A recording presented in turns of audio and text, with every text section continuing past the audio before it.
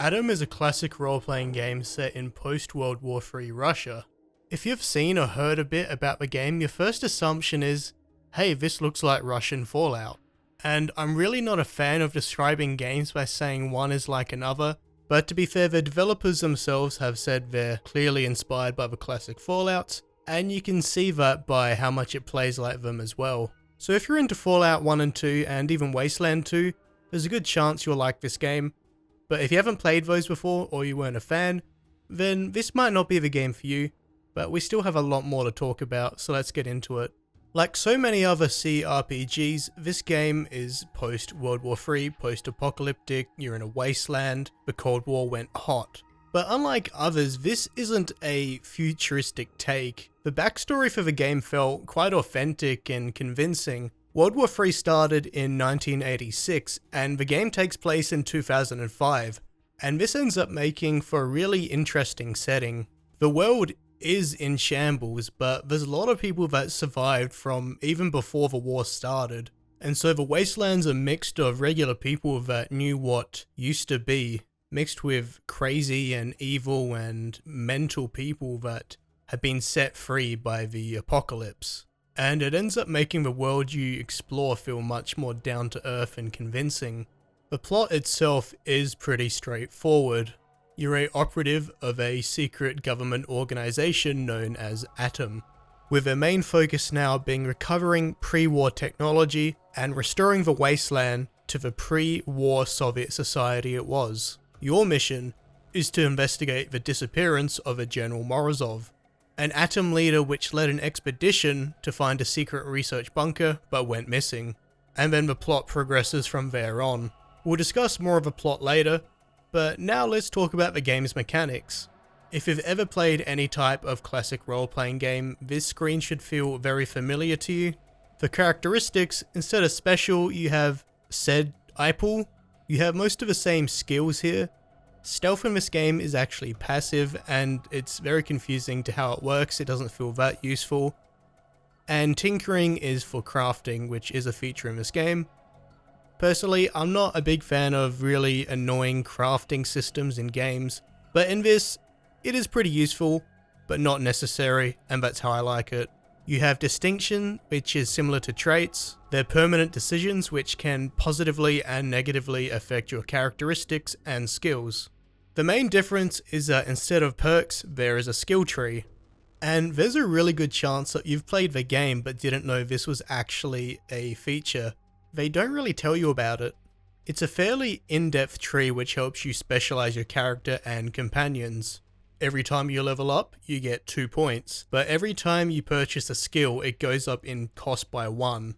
So you really have to spend your points wisely, and it doesn't seem like there's any way to respec in-game. If you're new to the game, I recommend not actually touching the tree for your first few levels. It's definitely better to get a feel for the game, save up some points, and actually spend them when you know how you want to build your character. Are they going to focus on fully automatic guns, or are they going to be a melee tank, or are they going to be fully diplomatic? Otherwise, you'll be pretty likely to waste points. The game is in 3D, but handles like most other classic role-playing games. You move the screen with WASD and your mouse, and you interact with everything through your mouse buttons. You can freely move around in real time until it comes down to combat, which is turn-based, which uses a initiative and action point system. The combat system itself is very simple to understand, but it is fairly difficult. This really isn't a game that you can just plow through. It's unfair, that's really the best way to explain it, even more so than the classic Fallouts. This game is harsh and it never gives you a break. You get mugged at the start of a game and you're left to wander around with nothing at all. Even bugs are a threat to your character at the start, and that's mainly because you're not some chosen one superhero. You are a part of this secret organization, but you got sent because you're competent, not because you're some amazing individual. The wastelands are filled with mutated monsters and evil slavers, and starting off you're just one person. Sure, by the end of a game you can be a killing machine and you and your whole squad can be kitted out with military gear, but if you're not a fan of the idea of starting from nothing and slowly grinding up and overcoming different odds, this may be the largest hurdle preventing you from fully enjoying the game. But the feeling of progression you get as you do improve is amazing. Going from someone with nothing at all to some amazing armor, a good gun, and a good squad is truly rewarding. As you progress, better gear will be available to loot and purchase. The game has scalable difficulty for random encounters, while the various bunkers and boss fights in the game will be the same regardless if you're level 1 or 30. Random encounters with slavers and bandits and various other enemies become more and more difficult on average. But fortunately, the game isn't just about combat. If you're a fan of dialogue skill checks, you're going to have a great time with this game. The best thing is you don't have to only be the charisma and speech type character to benefit from these opportunities. There's a really good variety of intellect, strength, attention, and even luck to resolve situations. And this is great because it stops your certain build from feeling useless in a situation. Sometimes it is objectively better to talk your way out of a situation or fight, but it's good that you always have the choice. And on top of skill checks, there's just a lot of talking that can be done in this game. There is a lot of amazing side quests to experience, but the conversations that you can have with random characters is great. It does a perfect job with immersing you in this Soviet culture that we don't usually get to experience in games. In other games, I felt myself often just skipping over non-essential dialogue, but in this game I read everything I can, even the various rumors which don't actually relate to the game, just because it did such a great job of world building. It's usually just funny stories, but there is other significant stuff you can hear as well. People talk a lot about large and faraway cities that you can't get to, but I really hope we can in a later game or maybe even an expansion. And there's also often a lot of talk about local folklore, whether that's the mysterious skin worm or the infamous killer Kostya the Yob. And the great writing isn't just for small talk. This game's highlight is definitely the variety of side quests you can experience. I don't want to go too in depth because some of these are pretty easy to spoil, but just things like rebuilding the Red Fighter village, helping Dan's ruthless bandits become a legitimate police force, hunting down the infamous Death Gang, and finding out what's behind this door.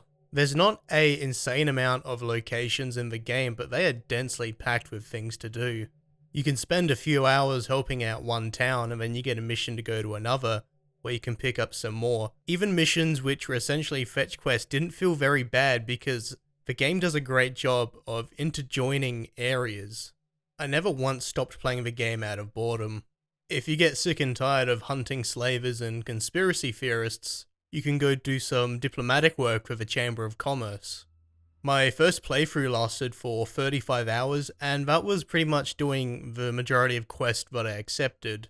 You could probably finish the game in 20 hours if you focused on just the main quest line and on gathering good gear, but you could also stretch the game out to probably even 60 hours if you do every single quest. But that is partly because things do take longer than they should sometimes. A lot of missions are fairly vague, and it does get irritating over time. This can vary from mistranslated names so you're not sure who to talk to, from the journal sometimes just not updating and you're not sure if it's bugged or because you forgot to talk to a certain character or forgot a certain item.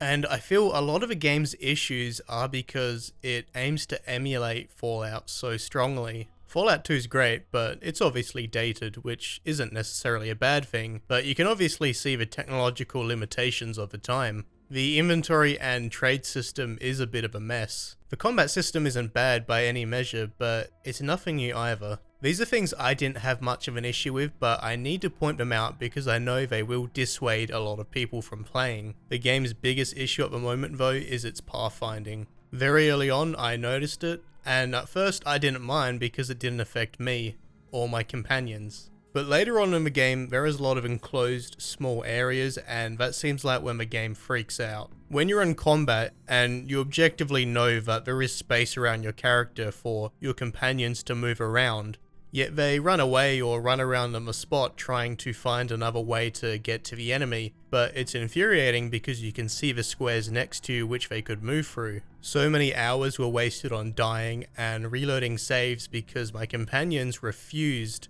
to attack the enemy. And when your companions could find another way through, they'd often run through a corridor or a door and trigger another combat scene. When the pathfinding isn't bugging out, AI is actually pretty good at combat. Enemies will hide when they know they're in danger and outgunned, or when they run out of ammo. They'll often target the closest to death character, and they use grenades pretty optimally. It makes for a pretty challenging experience even when you're well prepared. One issue though is there's a massive difference between melee and guns. Melee is useful at the start of a game. You don't have a gun and you don't have ammo. But as you progress more and more through the game, it's clear how powerful guns are. Stuff like the VSS and the RPK can take down even the toughest of characters in one turn. Not to mention being able to do this from a distance. The developers are working on improving melee, but as of the time of this review, if you're a combat character, you're gonna have to spec into any type of guns eventually.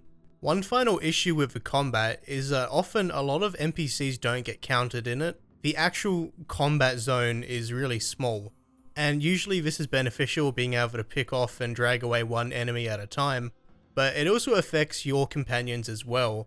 And it's infuriating because sometimes it's at a really confusing distance. Your companion might be near you, but they're not near the enemy, or they might be stuck on a staircase or something. So once again, their pathfinding may have messed up. And you can issue your team commands, whether to be aggressive, avoid, or be defensive, who to attack, where to go. And it doesn't always work. An issue is you can only issue it during your turn, so it is pretty limited. I'm just going to go ahead and say that I would much prefer if you could control all your companions. I know it's not really a classic Fallout thing to do, but as much as I love Fallout, this game would benefit from trying to be itself a bit more. Its story and setting and aesthetic is great, and in some ways I prefer it to Fallout, but trying to emulate a lot of really old mechanics kind of sabotages the game in some ways. Even with a small crowdfunded budget and a relatively small team, this game is still amazing, but there is a lot of occasions where you see a certain mechanic and think, yeah, this was cool back in 1997 when Fallout came out, but I wish they did more to improve on these mechanics rather than just recreate them. Stuff like the journal and inventory system are obvious examples for this. Now that we understand the basic mechanics of the game, the pros and cons, I'm going to give some tips, mainly because the game is still pretty new. Any game that's older than a few months, you can Google anything about it. But for a lot of people, they're going to be lost and confused playing this. I did have a lot of fun playing this game blind, learning all the things as I went along, but there were some occasions when I needed help as well. You can manually heal companions by equipping food and medicine and using it on them. Left control highlights NPCs and left alt highlights nearby items and objects. You can buy a car from Paragon, or you can get a free one from the scrapyard. There is a total of 5 potential companions in the game, although you can only have 4 at a time. Fidel is the easy one. You find him in Krasnomeny during the main quest. You can find one at Red Fighter. You can find another after rebuilding Red Fighter. There's the cool dog, which you find in a random encounter. And there's also a girl outside of Paragon, but she's kind of weird. You know, you kind of look like my dad. Maybe I should cut you up just for fun. You'll always want to keep a knife or an axe on you to harvest from animals, and when you're in Otrudoin, be sure to talk to the fishermen about collecting bug parts and about fishing in general. For most buying and selling, I recommend sticking to caravans as they have the best stock and prices. The armor and gun sellers in Krasnomeny have pretty bad prices unless you've got some good barter. The game also has some pretty high speech checks, going up to even 140 sometimes, so be sure to keep your fedora, cologne, and weed with you. If you want to make a good melee character, be sure to check out the various skill trees. Getting damage resistances and having no penalty for armor is a lifesaver. Rather than dying instantly, you can absorb multiple shots from multiple people while your team picks some of them off with their guns. There's currently no downside to killing travelers and scavengers you come across to take their loot, although I warn you of killing caravans as they will send some real tough mercs after you. The game also has 4 characteristic buffs that you can find. 3 of these you can use on anything, and 1 of them is just for luck. 2 are in the Roaring Forest, 1 is in Dead City, and another is from fishing. And finally, give the crafting system a try. Early on, it's very useful to get your first gun, your first set of armor, turn raw meat into corn meat, and make a backpack. But as you get more blueprints and get more materials, you can still make some pretty powerful guns late game. Before we discuss the rest of the plot, there's something pretty funny I got to address. With this being a Kickstarter game, there were certain tiers where fans could put certain things in the game, and this included character portraits and graffiti. And this resulted in some pretty surreal experiences. Whilst exploring the wastes, the last people I expected to come across were Reviewbra and Jay from Red Letter Media. The more and more I played, I noticed that certain characters had portraits of slightly edited celebrities or internet people.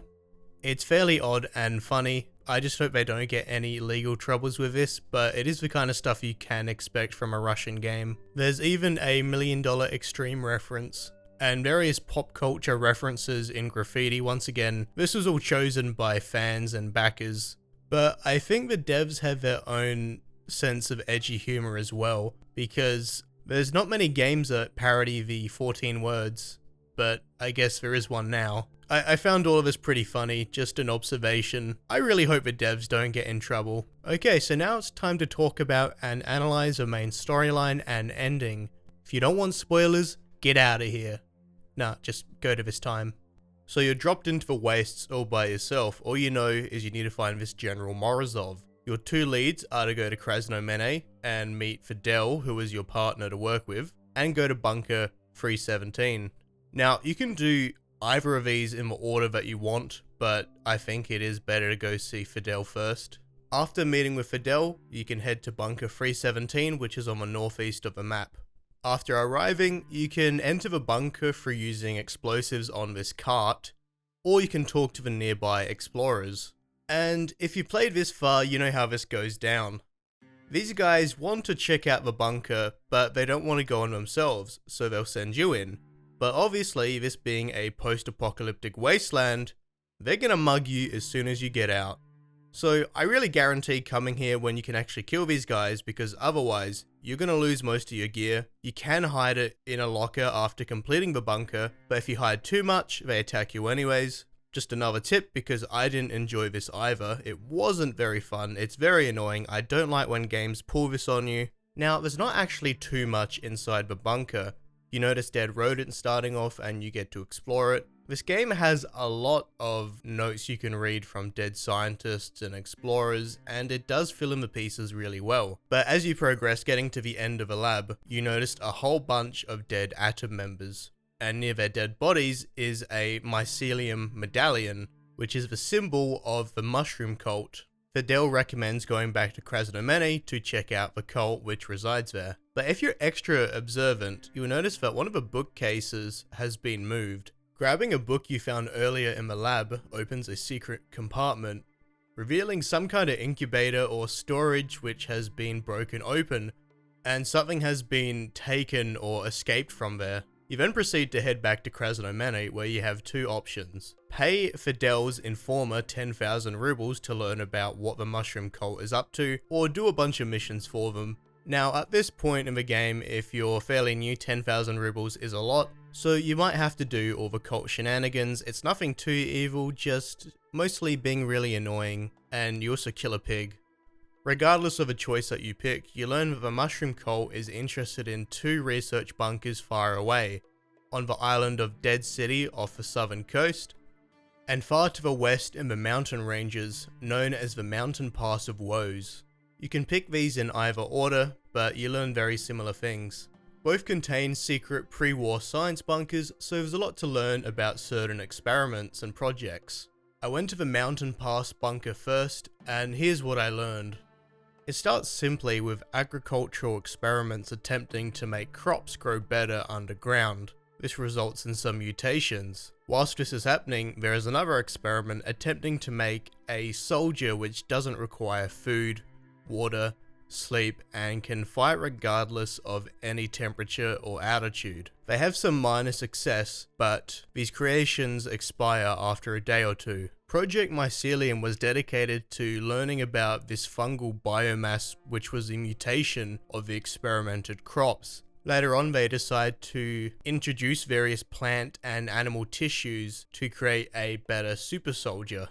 The mutated fungus happened to be one of them, Shortly later, the lab falls into chaos. Whilst in the Dead City bunker, you learn that the mycelium project was appropriated after the new findings to attempt to make a organic AI, a fungal biomass. At the end of each bunker, there is a Atom Squad, the same organization that you work for, that you were sent by to investigate General Morozov. Except they're not normal anymore.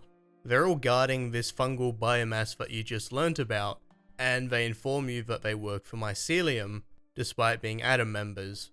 It's revealed that mycelium has infiltrated the higher ranks of Atom, and it's evident that this biomass is sentient in a way, as it can clearly control and influence people's minds. You have to choose between letting them take the fungal mass back to the mycelium base in Krasnomene or killing them, but they say you don't really know the bigger picture and that this is for the good of all humanity, so you can trust them, right? Whether you kill them or let them pass, I won't judge you for letting them pass. They are really tough. But either way, you still make your way back to Krasnomene and head outside of a mycelium base. Outside of a mycelium base is an Atom team who learned about the mycelium plot, and a purge has begun to remove the compromised Atom members. They also want to take over the city for a new base of operations.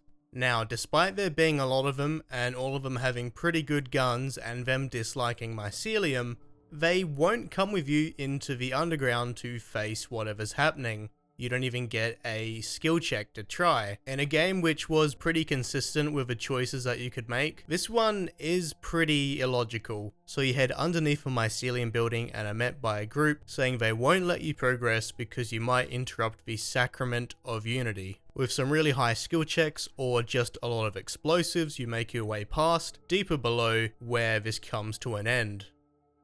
And there is General Morozov. Turns out during his expedition he learned about this fungal biomass and decided to use it to try to save the world. His argument is that he can use this fungal biomass to create a hive mind and force humanity to work together.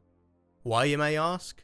Because between 30 to 130 years from now, a really large asteroid is gonna hit the Earth and kill 95% of the population. Now, personally, this seems like a pretty unconvincing argument given we don't know if we can believe him and if the asteroid will actually hit the Earth and if it will be that bad. And honestly, it just feels like a not as good recreation of Fallout 1's ending. They even call it Unity. So honestly, not the greatest ending. If you join the mycelium cult, then they forcefully hijack everyone's brains and dickheads, and it never actually says if they save the Earth, or you can just kill them or convince him to give up. He gives up really easy if you're smart, and he just walks away. And then the game ends with a Fallout type slideshow showing you the consequences of your choices.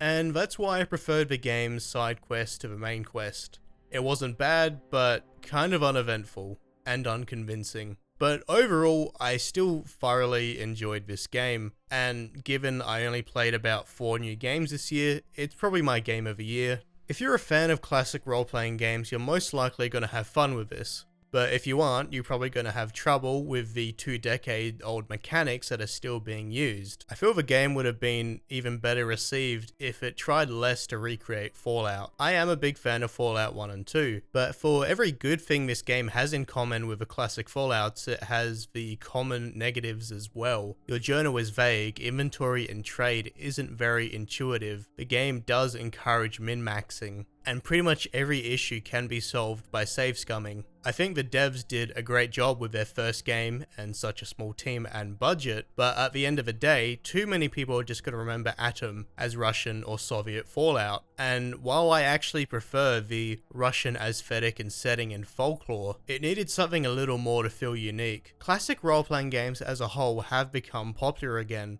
but to avoid fading into obscurity again, they need to do more to attract a new audience. The main issue is that there's not much appeal to this game if you weren't already a fan of other CRPGs. And while I consider a lot of the game's flaws minor for me as I am a fan of CRPGs, you need to think from the perspective of an average consumer. Old, clunky, and unintuitive mechanics might not be an issue to experienced players, but it's not appealing to people that might want to get it, not people that are definitely going to. And I hope this is something that they do improve upon. because I am looking forward to what they're going to make next, because if they can figure out a way to improve upon old CRPG mechanics, they'll be a lot more successful. Thanks for watching.